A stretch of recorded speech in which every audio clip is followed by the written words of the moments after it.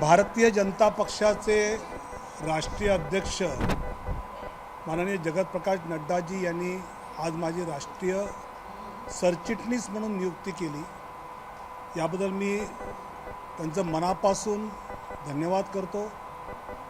राष्ट्रीय सरचिटणीसच्या माध्यमातून खऱ्या अर्थाने राष्ट्रीय राजकारणात अधिक सक्रिय मला होता होईल। राष्ट्रीय सचिव म्हणून करत होतोच, पण राष्ट्रीय सरचिटणीस म्हणून स्वाभाविकपणे अधिक जबाबदारी असते।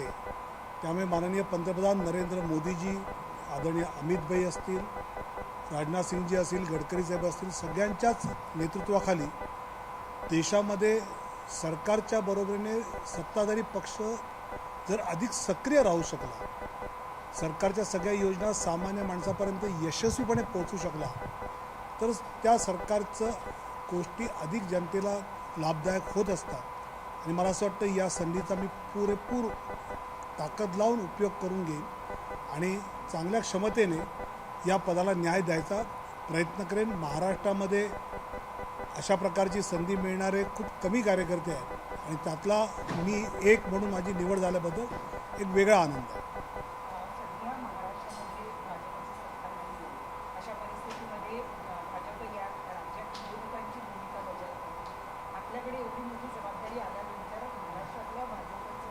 केंद्रामध्ये असं ऐकलं जात नाही अशी एक चर्चा असते, कशा पद्धतीनं तुम्ही ही भूमिका तिथपर्यंत मांडणार? केंद्रात राज्याचं ऐकलं जात नाही असा मुद्दा अजिबात नसतो, पण हे खरं आहे की ज्यावेळी राज्यातल्या एखाद्या टीममधला माणूस ज्या केंद्रातल्या टीममध्ये असतो त्यावेळी स्वाभाविकपणे काही गोष्टी या अधिक प्रखरपणे करता येऊ शकतात आणि ती संधी मात्र या निमित्ताने महाराष्ट्राला आणि मला नक्की मिळेल। महाराष्ट्राची सध्या जी काही परिस्थिती आहे त्या परिस्थितीबद्दल आपल्याला काय वाटतं आणि आता ही जबाबदारी पार पाडल्यानंतर तुम्ही केंद्रात जाणार आहात का सगळ्यांच्या भेटीगाठी घेण्यासाठी? मला वाटतं की शेवटी लोकशाहीमध्ये जी जबाबदारी ज्यावेळी येते, जसं क्रिकेटमध्ये कधी बॅटिंग आहे, कधी बॉलिंग आहे, कधी फिल्डिंग आहे, तर त्या राजकीय पक्षाला जी जबाबदारी येते ती जबाबदारी अधिक उत्कृष्टपणे पार पाडणं हे कुठल्याही राजकीय पक्षाचं खरं काम असतं। आणि मला वाटतं की आज भारतीय जनता पक्षाला 105 आमदार असल्यानंतरसुद्धा जे काही लोकशाहीतल्या गणितामुळे सत्ता दुसरी आली, तर एक चांगला विरोधी पक्ष म्हणून भाजपने काम केलं पाहिजे। भाजप ते काम करतोसुद्धा आहे आणि मला असं वाटतं की अशा प्रकारे अधिक सक्षम विरोधी पक्ष हा नेहमीच लोकशाहीला बळकट करतो। आपल्याला संयमाचं फळ मिळालंय असं वाटतं? मला वाटतं संयम हा शब्द हल्ली जास्त वापरला जातो, कारण सामान्यतः कोणी संयम पाळत नाही। मी नेहमीच जेव्हा मला मागे एकदा तिकीट नाकारलं गेलं त्यावेळी म्हटलं की मला याच्या आधी भाजपचं प्रदेश सरचिटणीस केलं त्यावेळी बरं वाटलं, मुंबईचं सगळ्यात तरुण मी अध्यक्ष झालो होतो त्यावेळी मला चांगलं वाटलं, विधान परिषदेवर गेलो, विरोधी पक्षनेता आलो, त्यानंतर मंत्री झाल्यानंतर आधीच्या सरकारमध्ये आणि आत्ताच्या सरकारमध्ये जी खाती 8 मंत्री सांभाळत आहेत ते मी एकटा सांभाळत होतो। हे होत असताना आपल्याला चांगलं वाटत होतं आणि एखादं तिकीट गेल्यानंतर ताबडतोब संयम, मी आता पक्ष सोडतो वगैरे, मला वाटतं की माझ्या काय कार्यकर्त्याच्या स्वभावात हे नाही।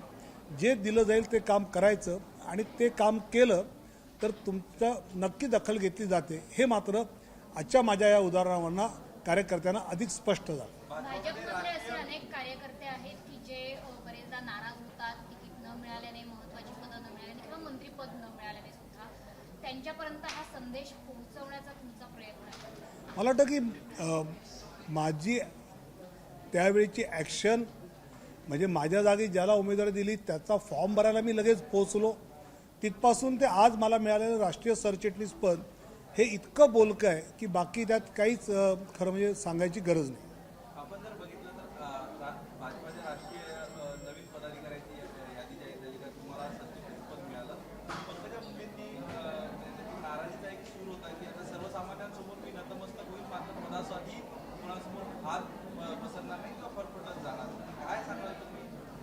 मला वाटतं पंकजाताई या महाराष्ट्रात सुद्धा जननेता म्हणून फिरतायत, त्या अजून फिरतील आणि मध्य प्रदेशसारखं मोठं सत्ताधारी पक्ष असणाऱ्या राज्याच्या त्या सहप्रभारी आहेत। मला वाटतं मोठी जबाबदारी एका राज्यातली आणि मध्य प्रदेशची त्या चांगल्या प्रकारे सांभाळतात आणि अधिक चांगल्या प्रकारे सांभाळतील हाही मला विश्वास आहे.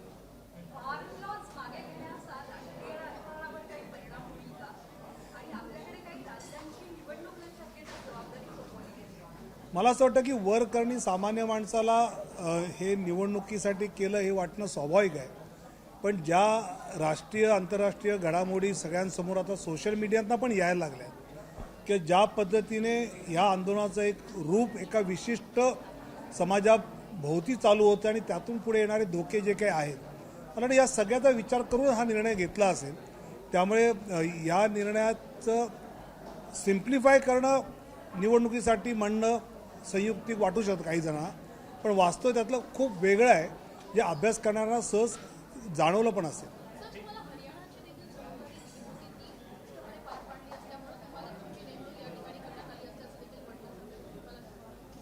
मला वाटतं की शेवटी तुम्हाला दिलेलं काम तुम्ही कसं करता त्यावर स्वाभाविकपणे अजून हे काम मोठं दिलं तर करू शकतील का. कारण राष्ट्रीय चिटणीस असताना तुम्हाला एक प्रदेश असतो, पण ज्यावेळी तुम्ही सरचिटणीस होता त्यावेळी तुम्हाला 3-4 प्रदेशची जबाबदारी मिळते.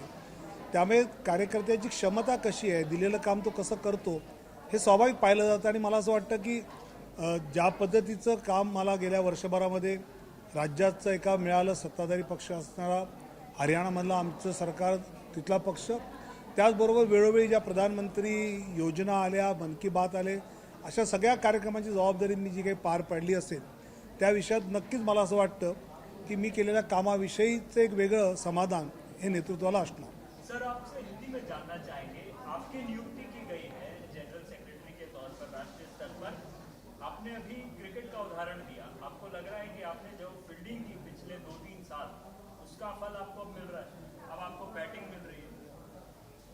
भारतीय जनता पार्टी के राष्ट्रीय अध्यक्ष आदरणीय जगत प्रकाश नड्डा जी ने मेरी राष्ट्रीय महामंत्री के नाते आज जो नियुक्ति की है मैं उनका बहुत बहुत आभारी हूँ.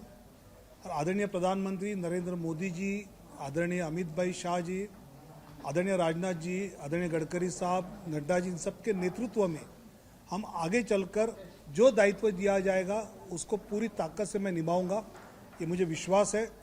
और मुझे लगता है कि कार्यकर्ता के नाते कई बार आपको कुछ चीज़ें प्राप्त होती है, कभी कभी नहीं होती है, लेकिन हमको काम करते रहना है. जैसे गुजरात में है, गुजरात के सभी मंत्री जो अभी थे सबको अभी विधायक के नाते काम कर रहे हैं, और जो पहली बार विधायक बने वो मंत्री बने, वो मुख्यमंत्री बने. तो राजनीति में आने के बाद मैंने विधायक ही होना चाहिए, सांसद ही होना चाहिए, मंत्री ही होना चाहिए, मैं कार्यकर्ता के नाते भी काम कर सकता हूँ. ये अगर हम दिमाग में रखकर काम करते हैं तो पार्टी ज़रूर आपको कोई अच्छा मौका देती है. ये आज सब कार्यकर्ता महसूस कर रहे हैं. पिछले विधानसभा चुनाव में केवल आपके टिकट नहीं काटे गए थे, इसमें राज पुरोहित थे, पंकजा मुंडे थे. तो आपको लगता है क्या यही कारण था कि बीजेपी परास्त हो गई और बीजेपी समन्वय नहीं बिठा सकी? मुझे लगता है कि विधानसभा टिकट के विषय अलग थे. पंकजा थे तो चुनाव लड़ी भी थी उस समय के अलग अलग विश्लेषण होते हैं. तो अभी उसको तो 2 साल हुआ, अभी उसका विश्लेषण न करते हुए आगे चलकर लोकतंत्र में जो जिम्मेवारी हम पर आई है उस जिम्मेवारी को हम किस प्रकार निभा सकते हैं ये सोचना महत्वपूर्ण है. बीएमसी के चुनाव है, बीएमसी चुनाव में आपकी भूमिका होगी, क्या जिम्मेदारी? बिल्कुल, मैं मुंबई का रहने वाला हूँ, मुंबई का अध्यक्ष रहा हूँ, इसलिए भाजपा मुंबई की जो टीम है, लोढ़ा जी है, भातखळकर है, आशीष शेलार जी है, सब टीम के साथ पूरी ताकद से मैं लगूंगा. सर, तुम्हाला आता संघटनेमध्ये तुम्हाला केंद्रामध्ये जाण्याची संधी मिळाली आहे. केंद्रीय राजकारणात संसदेमध्ये जाण्यासाठी आवडेल का दिल्लीमध्ये तुम्हाला? मला काम करायला आवडेल आणि महाराष्ट्रातला माणूस दिल्लीच्या राजकारणात फार काळ रमत नाही असा एक लोकांचा समज आहे. जो प्रमोदजी असतील, आता गडकरी साहेब असतील, शरद पवार साहेब आहेत, असे काही 3-4 जणांनी तो समज खोटा ठरवला आहे. पण बहुतांश लोक जी आहेत, तर सुशीलकुमार शिंदे साहेब असतील, विलासराव असतील किंवा बरीच मंडळी ही गेली आणि परत आली. मला असं वाटतं की आपल्याला जर राष्ट्रीय राजकारणामध्ये एक मोठी संधी मिळाली आहे तर त्या ठिकाणी आपण ताकदीने काम करावं. विनोद तावडे केंद्रात रमणार का? नियुक्ति होगी, उसके बाद क्या देवेंद्र जी ने या पार्टी के किन नेताओं ने आपको बधाई दी? क्या देवेंद्र जी ने? मला जे काम मिळाले त्यात मी रमतो. मग ते केंद्रात असो, राज्यात असो, दिल्लीत असो, गल्लीत असो, कामामध्ये रमणारा मी एक कार्यकर्ता आहे. मेरे महामंत्री की घोषणा होने के बाद देवेंद्र जी फडणवीस, चंद्रकांत दादा पाटिल, प्रवीण जी दरेकर पार्टी के सभी महामंत्री सबके फ़ोन मुझे बधाई के आकर गए हैं। केंद्रीय नेताओं के कई फ़ोन आके गए हैं। मुझे लगता है कि इन सब कार्यकर्ताओं को, मेरे जैसे कार्यकर्ताओं को अच्छा एक जिम्मेवारी मिली है, उसका आनंद है। चला, धन्यवाद सगळ्यांना। एबीपी माझा, उघडा डोळे बघा नीट।